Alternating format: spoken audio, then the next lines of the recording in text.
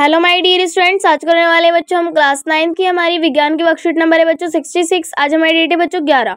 विद्यार्थी के नाम में आपका नाम आएगा, कक्षा अध्यापक के नाम में आपके टीचर का। ठीक है बच्चों, तो आज का हमारा टॉपिक है कार्य तथा ऊर्जा। ठीक है बच्चों, तो हम ऊर्जा के बारे में पढ़ने वाले हैं बच्चों। स्टार्ट करते हैं बच्चों। ठीक है, तो जिज्ञासा दीदी, ऊर्जा क्या होती है और यह हमें कहाँ से मिलती है। ठीक है बच्चों, तो ज्ञान हम जानते हैं कि सूर्य हमारे लिए ऊर्जा का सबसे बड़ा प्राकृतिक स्रोत है।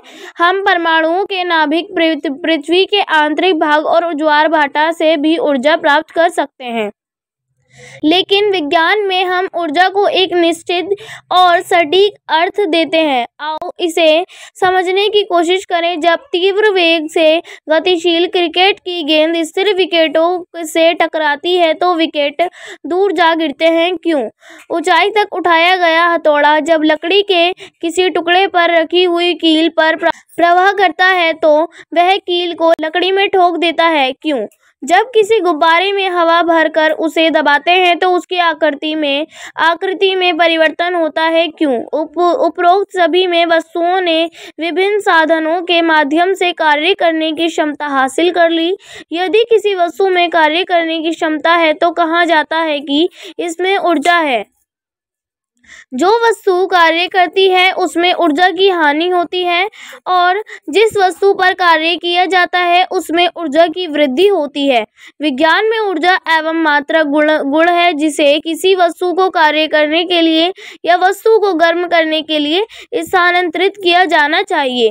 किसी वस्तु में कार्य करने की क्षमता को ऊर्जा कहते हैं। ठीक है बच्चों, तो अब यहाँ पर हमें दे रखा है बच्चों कि इस प्रकार किसी वस्तु में निहित ऊर्जा को उसकी कार्य करने की क्षमता के रूप में मापा जाता है। ठीक है बच्चों, तो इसलिए ऊर्जा का मात्रक वही होता है जो कार्य होता है, अर्थात जूल यानी कि बच्चों जे या एनएम या kgm square s minus square. ठीक है बच्चों, तो हमें यहाँ पर दे रखा है 1 जूल यानी कि 1 जूल कार्य करने के लिए एक आवश्यक ऊर्जा की मात्रा 1 जे यानी कि 1 जे होती है। कभी कभी ऊर्जा के बड़े मात्रक किलो जूल केजी का उपयोग किया जाता है।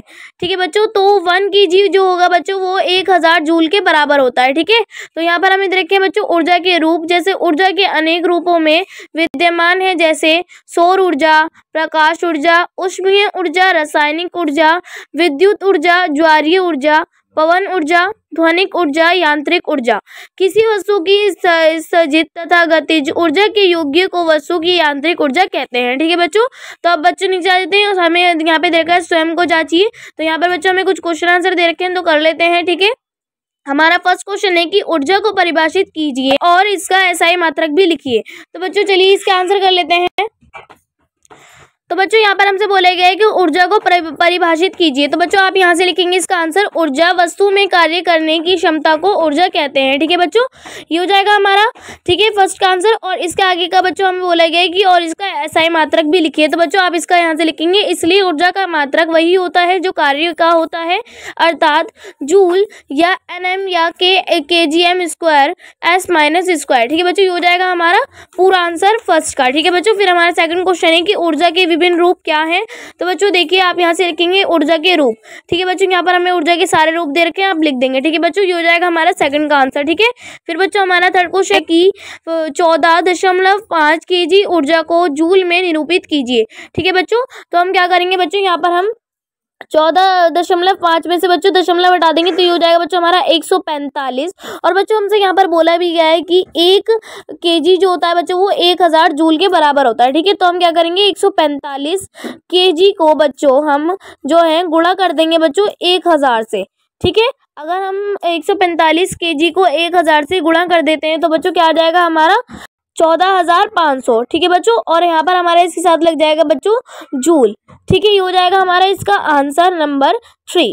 ठीक है बच्चों, ये हो जाएगा हमारा कंप्लीट। हमारा क्वेश्चन है कि सौर ऊर्जा किसे कहते हैं। तो आप इसका आंसर लिखेंगे बच्चों, सूर्य की कार्य करने की क्षमता को सौर ऊर्जा कहते हैं। ठीक है बच्चों, फिर हमारा फिफ्थ क्वेश्चन है कि पवन ऊर्जा का कोई एक अनुप्रयोग लिखिए। तो बच्चों आप इसका आंसर लिख देंगे बिजली बनाना। ठीक है बच्चों, आप यहाँ लिखेंगे बच्चों बिजली बनाना।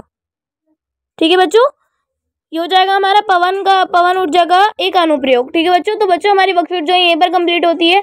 आई होप आप लोगों को वर्कशीट अच्छे से समझ में आ गई होगी। तो बच्चों अगर आपने अभी तक मेरे चैनल को सब्सक्राइब नहीं किया है तो प्लीज़ मेरे चैनल को सब्सक्राइब कर लीजिए और बेल आइकन को ऑल पे सेट कर दीजिए ताकि मेरी आने वाली हर वीडियो का नोटिफिकेशन आपको सबसे पहले मिले। ठीक है बच्चों, और वीडियो को ज़रूर लाइक कीजिएगा। ठीक है बच्चों, और अगर आपको कोई प्रॉब्लम होती है तो आप कमेंट सेक्शन है, आप मुझे कमेंट करके पूछ सकते हैं। ठीक है, और मेरी इंस्टाग्राम आईडी बच्चों डिस्क्रिप्शन में मेंशन है, आप मुझे वहाँ पर भी डीएम कर सकते हैं, मैं आपको ज़रूर रिप्लाई करूँगी। ठीक है बच्चों, तो मिलते हैं नेक्स्ट वीडियो में, तब तक के लिए टेक केयर, गुड बाय।